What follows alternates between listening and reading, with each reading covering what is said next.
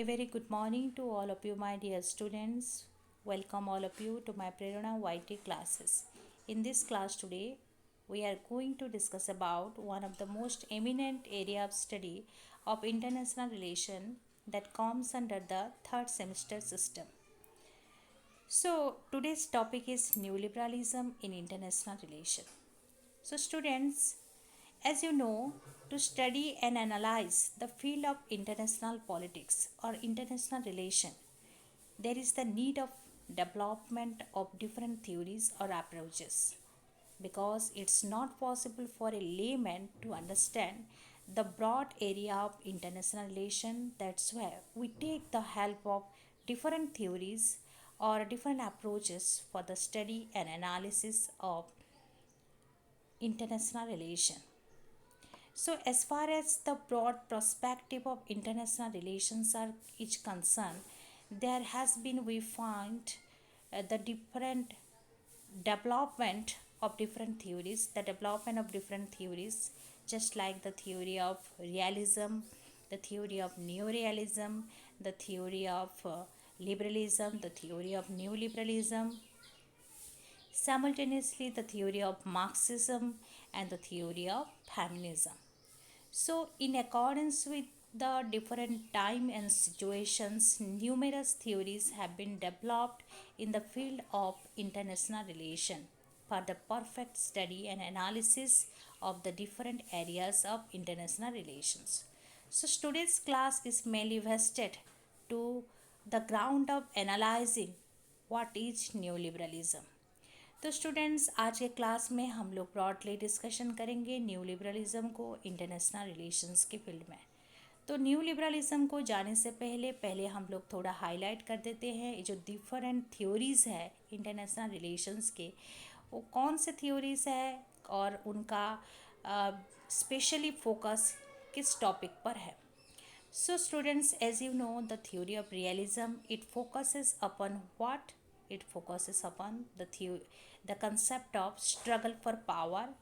It focuses upon the concept of human nature, and as far as the new realism is concerned, it gives importance to the concept of security, the structure, okay, and thereafter the liberalism, which is totally an antithesis to the concept of realism. Realism को totally oppose करता है because the theory of realism it's based upon power politics, and the theory of realism it's totally rejects this concept of power politics because the theory of realism it is also known as the theory of complex interdependencies. Why?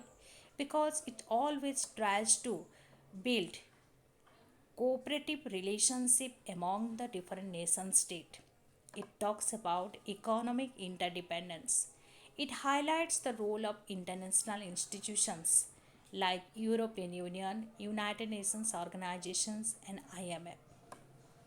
So in the field of liberalism there we find a concept of mutual coexistence through a cooperative relations among the different nation states.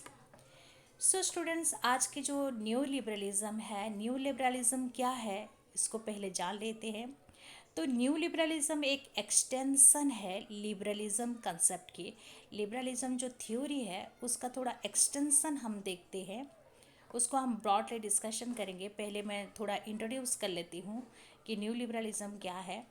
तो liberalism की जो area है उसका extended हुआ है new liberalism के field में।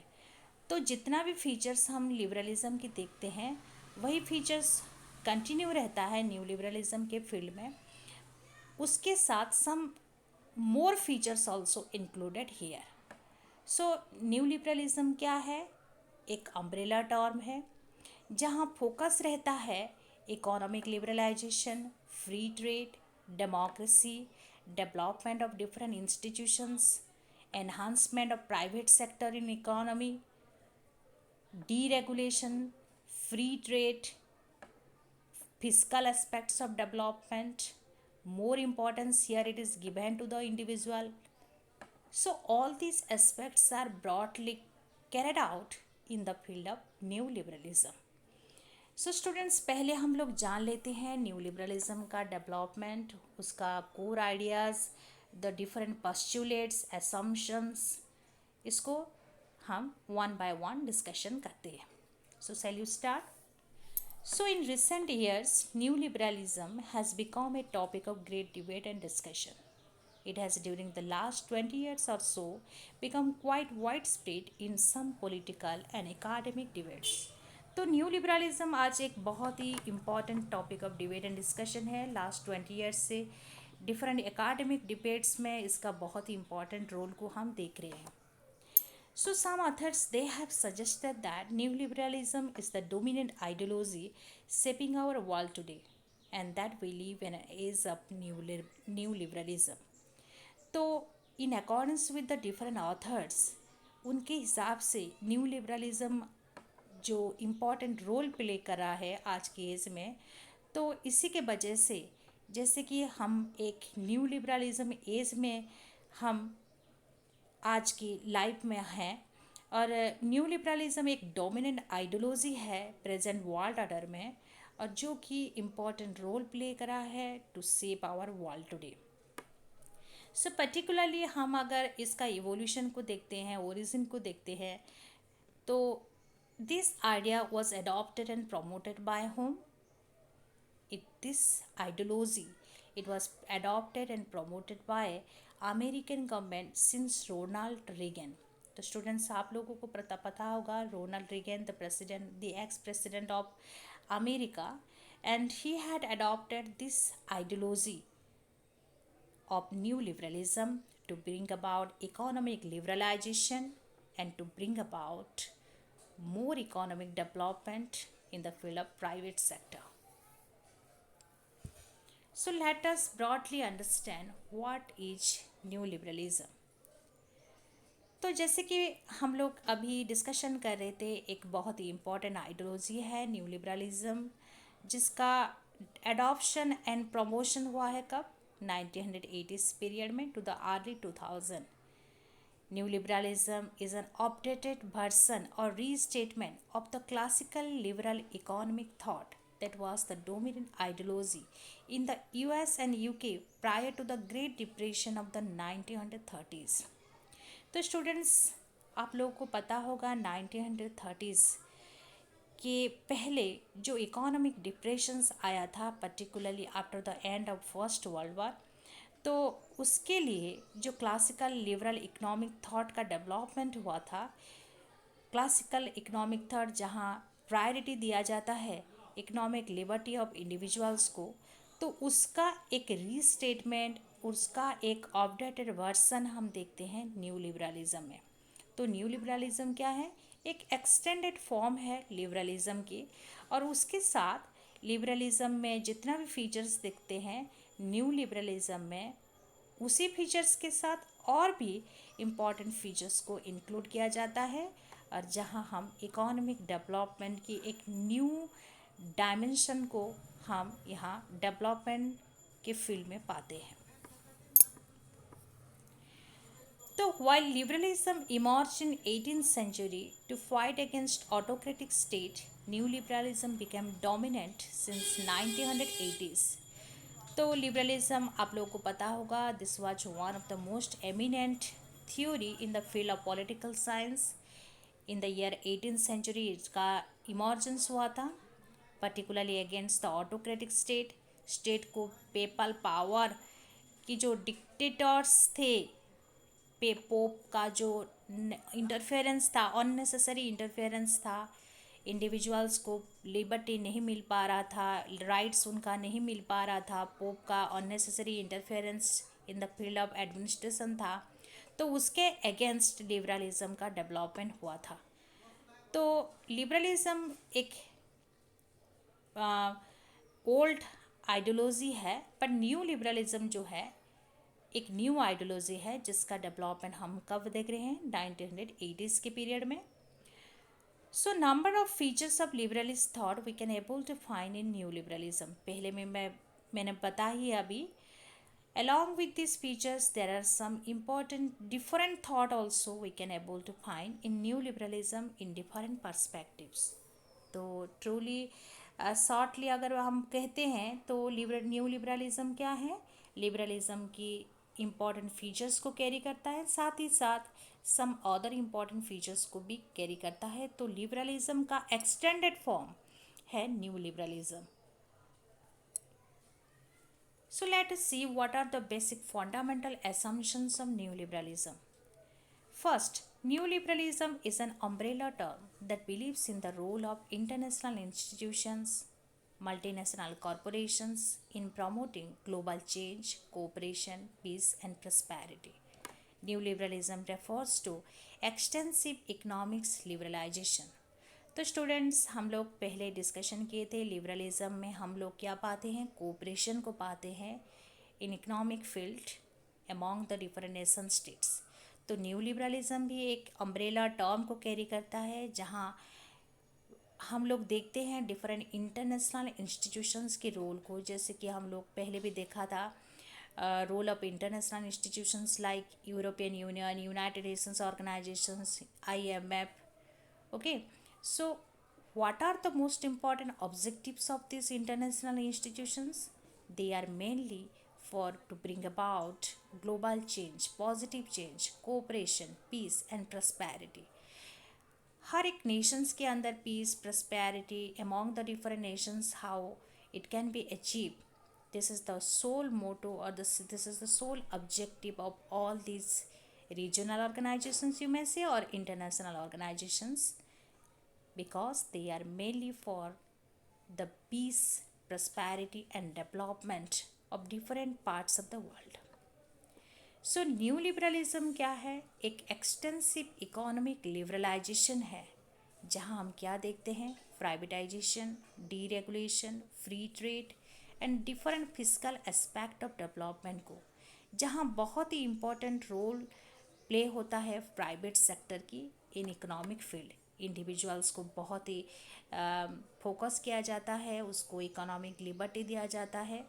तो यहाँ स्टेट्स का काम क्या होता है? डी रेगुलेशंस, उसके काम में नॉन इंटरफेयर करना और इंडिविजुअल की जितना भी इकोनॉमिक एफर्ट है उसको सपोर्ट करना।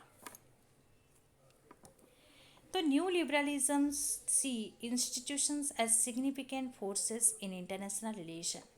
जितने भी इंस्टीट्यूशंस है, European Union, United Nations organisations, IMF, so all these institutions, they are very important in international relation because they are mainly meant for peace, prosperity and development. And new liberalism is understood as an ideology that encompasses various form of free market fundamentalism. तो पहले बताई हूँ new liberalism it's focuses upon free market fundamentalism. तो यहाँ tariff, जो restrictions, जो taxations, excessive taxation, इसको oppose करता है और फ्री ट्रेड एरिया को क्रिएट करता है, जिसके वजह से इकोनॉमिक डेवलपमेंट फ्रीली अचीव किया जा सकता है through the field of liberalisation among the different nation states. So new liberalism, next point here it is, displaces established model of welfare provision and state regulation through policies of privatization and deregulation. तो new liberalism किसको displace करता है? State की regulation को, और जो है जो पॉलिसी ऑफ प्राइवेटाइजेशन को इसको प्रमोट करता है और डी रेगुलेशंस को ये प्रमोट करता है। तो new liberalism it establish models of it displaces established models of welfare provision and state regulation through policies of privatization and deregulation. Privatisation policy, deregulation policies को अडॉप्ट करके स्टेट की regulations को control करता है और वेलफेयर प्रोविजंस को भी displace करता है। Thereafter, core concepts of neoliberalism. This theory says free trade and free market inevitable for economic development. New liberalism state की रेगुलेशन को क्यों कंट्रोल करता है? State should not interfere in the economic development of individuals. Why it says that? Because this theory say free trade and free market inevitable for economic development. अगर state free trade और free market को लाता है तो economic development में बहुत ही बड़ा achievement होता है। पहले से जो टैरिफ कंट्रोल था, टैक्सेशन था, हायर टैक्सेशन था, इसके वजह से इकोनॉमिक डेवलपमेंट में फ्री डेवलपमेंट अचीव यहाँ नहीं किया जाता था।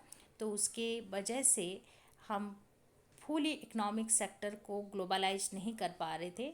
तो आज जो फ्री ट्रेड और फ्री मार्केट कंसेप्ट आ गया है, उसके वजह से हम इकोनॉमिक इंटरडिपेंडेंसीज को इजीली हम लोग देखने को पा रहे हैं, जहां हर एक स्टेट्स मल्टीनेशनल कॉरपोरेशंस को एस्टैब्लिश करके इन the field of different economic development investment भी बहुत सारा हो रहा है। तो उसके वजह से आज हम इकोनॉमिक डेवलपमेंट में एक फ्री ट्रेड एरिया को अचीव कर रहे हैं, और साथ ही साथ इकोनॉमिक डेवलपमेंट भी बहुत ही मल्टीफेरियस वे से हो रहा है। So this theory states that society should be reshaped by free market and the economy should be privatized. And the propounder of this new liberalism believed that interference of the government in free market promotes inefficiency and stagnation. So students इसको याद रखना। तो core concepts क्या है? New liberalism पहले free trade को importance दे रहा है, फ्री मार्केट को इम्पोर्टेंस दे रहा है। क्यों? क्योंकि इकोनॉमिक डेवलपमेंट के लिए this two are very important.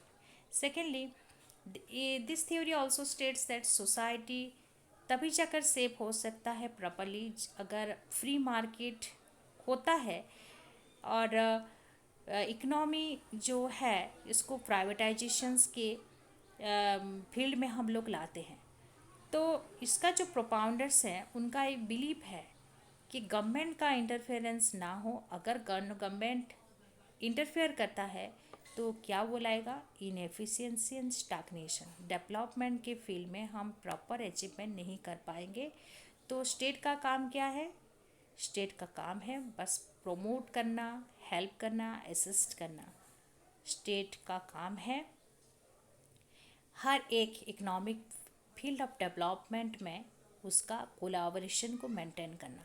अगर इंटरफेयर करता है, रेगुलेट करता है, तो the propounders of this new liberalism what they have said, अगर स्टेट रेगुलेट करेगा इकोनॉमिक एक्टिविटी को, इंटरफेयर करेगा, तो इंडिविजुअल्स के डेवलपमेंट में, इकोनॉमिक फील्ड ऑफ डेवलपमेंट में हम लोग क्या पाएंगे? Inefficiency and stagnation. Proper development हम लोग नहीं पाएंगे।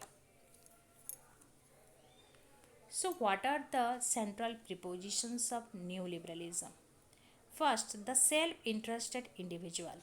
In this perspective, individuals are economically very much self-interested subjects, where individuals are represented as a rational optimizer and the best judge on his or on her own interest and needs. तो यहाँ एक question आता है, new liberalism क्यों ज़्यादा focus करता है individual को? स्टेट्स की रेगुलेशन को ये कम लेता है। स्टेट यहाँ रेगुलेट नहीं करना चाहिए, इसके बात को सपोर्ट करता है। तो यहाँ जो सेंट्रल थीम में हम लोग क्या देखते हैं? एक सेल्फ इंटरेस्टेड इंडिविजुअल्स की पर्सपेक्टिव को देखते हैं, जहाँ economically individuals they are very much self oriented one. तो उसके हिसाब से this theory, the propounders of this theory, they said that the individuals, they are rational optimizer, they are the best judge, they can give their own judgment in their own way in accordance with their own needs. तो individuals एक rational being है, उसका reasoning power है, वो best जज है, वो क्या कर सकता है, वो क्या करेगा, अगर एक काम करता है तो उसको बेनिफिट मिल सकता है कि नहीं, उसको जज कर सकता है। तो स्टेट्स का यहाँ इंटरफेरेंस एक अननेसेसरी काम रहेगा। उसी के लिए स्टेट का काम क्या रहेगा? बस कोलाबरेट करना, कोऑपरेट करना, स्टेट जो इंडिविजुअल्स की इंटरेस्ट है उसको प्रमोट करना। तो यहाँ हम क्या पाते हैं? Self interested individuals in the economic field. Number 2, free market economics. This theory says free trade and free market, these are very inevitable things for economic development. So this theory, what it says about free trade and free market definitely होना चाहिए अगर economic development को achieve करना है. तो साथ ही साथ this theory also opens the best way to allocate resources and opportunities is through the market. Market के थ्रू हम लोग रिसोर्सेज को अलोकेट कर सकते हैं, डिस्ट्रीब्यूट कर सकते हैं, अपॉर्चुनिटीज़ को डिस्ट्रीब्यूट करते हैं, क्योंकि मार्केट एक एफिशिएंट मैकेनिज़्म है जहाँ पर selling, buying, allocations, distributions of different productions, different resources we can able to find here. This theory states also that society should be shaped by free market and economy should be privatized. तो यहाँ जो this theory के हिसाब से society should be shaped by free market and economy also should be privatise. तो हर एक angle में हम लोग क्या पा रहे हैं, free market concept, privatisation of economy, but the role of individuals is very self interested one, but the role of the state should not provide any kind of interference in the individual activities. Thereafter, once again, a commitment to free trade. This theory does not support for tariffs or subsidies or any form of state-imposed protection. This proponent of neoliberalism believe that the interference of government in free trade system promotes inefficiency and stagnation. तो new liberalism के जो proponents हैं उनका ये believe है अगर state regulate करता है, इंटरफेयर करता है, तो तभी हम क्या पाएंगे, इनएफिशिएंसी एंड स्टैग्नेशन को पाएंगे. That's why this theory does not support any kind of tariffs और सब्सिडीज और any form of state imposed protections. They reject the regulation of industries and high taxation by the state and public services which are not subject to market competitions. तो new liberalist उनका हर वक्त ये rejection रहता है कि state regulate करे industries को, high taxation provide करे पब्लिक सर्विसेज के ज़रिए, और जो इसके लिए मार्केट कंपटीशंस अलाउ नहीं हो पाएगा. तो this theory it says about deregulations by the state. This theory is totally opposed of the high taxation of the state. They believe in shrinking the size of government and restricting its functions to the production of private property through policies and law enforcement. So this theory it believe in shrinking the size of government and restricting its functions. तो government की size को shrinking करना चाहता है, government की size को limit करना चाहता है और रेस्ट्रिक्ट करना चाहता है इसकी फंक्शंस को. तो यहाँ जो है its functions to the production of private property through policies and non and law enforcement. So all these factors create most favourable conditions for individual liberty, जहाँ स्टेट की इंटरफेरेंस बहुत ही ज़्यादा कम हो, डीरेगुलेशन हो, और जहाँ प्राइवेटाइजेशंस की सेक्टर ओपन हो और फ्री ट्रेड एरिया की सेक्टर ओपन हो, उसके साथ टैक्सेशन नहीं होना चाहिए, एक्सेसिव टैक्सेशन नहीं होना चाहिए. और जो यहाँ हम देखते हैं गवर्नमेंट की जो साइज है उसको श्रिंकिंग करना चाहते हैं, लिमिट करना चाहता है. तो this theory provide most favourable conditions for individual liberty and job growth, technological innovation, collaborations and global prosperity. तो स्टूडेंट्स इसको याद रखना, लिबरलिज्म जो थ्योरी है किसको सपोर्ट करता है, इंडिविजुअल लिबर्टी को. जॉब ग्रोथ, ज़्यादा और ज़्यादा जॉब ग्रोथ कैसे होगा, इकोनॉमिक फील्ड ऑफ डेवलपमेंट के लिए टेक्नोलॉजिकल इनोवेशंस कैसे होगा, तभी जाकर हम लोग बेटर अचीवमेंट कर सकते हैं क्वांटिटेटिवली एंड क्वालिटेटिवली. और collaborations among the different states in the field of liberalization, and all these efforts will bring about a ground of global prosperity. So what are the most focused areas of neoliberalism? First, states should improve the quality of the lives of people. For this purpose, there has been focused on three important areas. First, commercial liberalism, thereafter democracy, thereafter liberal institutions. तो new liberalism में three important focused areas को हम देख रहे हैं: commercial liberalism, democracy and liberal institutions. तो commercial liberalism में हम लोग क्या पाते हैं? It believes that trade should be promoted to create in peace in the world. तो इसका बिलीव है trade should be promoted for what purpose? To create peace in the world, because new liberalism focuses on free trade and market. अगर free trade and market होगा तभी जाकर commercial liberalism it can only bring about peace in the world. So this is the statement that has been propounded by the different thinkers of new liberalism. Second one, democracy. Liberalism believe new liberalism believes in the true, here liberalism लिखा हुआ है students, इसको new liberalism लिखना। New liberalism believes in the true norms and values of democracy. It states that countries to give their best for provide all the rights to the people to improve their lifestyle. तो democracy एक बहुत ही popular form of government है जहां हम values and norms को देखते हैं और जिसका बहुत ही इम्पोर्टेंट रिस्पॉन्सिबिलिटी रहता है हर एक इंडिविजुअल्स को राइट्स लिबर्टीज़ प्रोवाइड करने के लिए। तो न्यू लिबरलिज्म के फील्ड में हम लोग वही राइट्स और लिबर्टीज़ इकोनॉमिक फील्ड में हम लोग देखने को पा रहे हैं, जहाँ new liberalism it is providing a very helping ground to improve the lifestyle of people, particularly in economic field of development. The third one, that is the liberal institutions. New liberalism fully focused on the creation of the institutions to promote peace and prosperity in the states. तो हम लोग पहले discussion किए थे, तो European Union, IMF, other regional institution, specialised agency of United Nations organisation, the United Nations organisation itself, ASEAN, SAARC, OAS, OAU, there are different institutions are there, different international organizations are there. तो उनका main M क्या है, उनका जो creation हुआ है, what the main important purpose behind it? So mainly they have been instituted to promote peace and prosperity in the states. So this theory believes in social factors of society and they have stressed for the role of institutions. So this theory believes in the social factors of the society and this role of institutions को focus किया गया है. So this theory believes that state is the creator and not only an actor.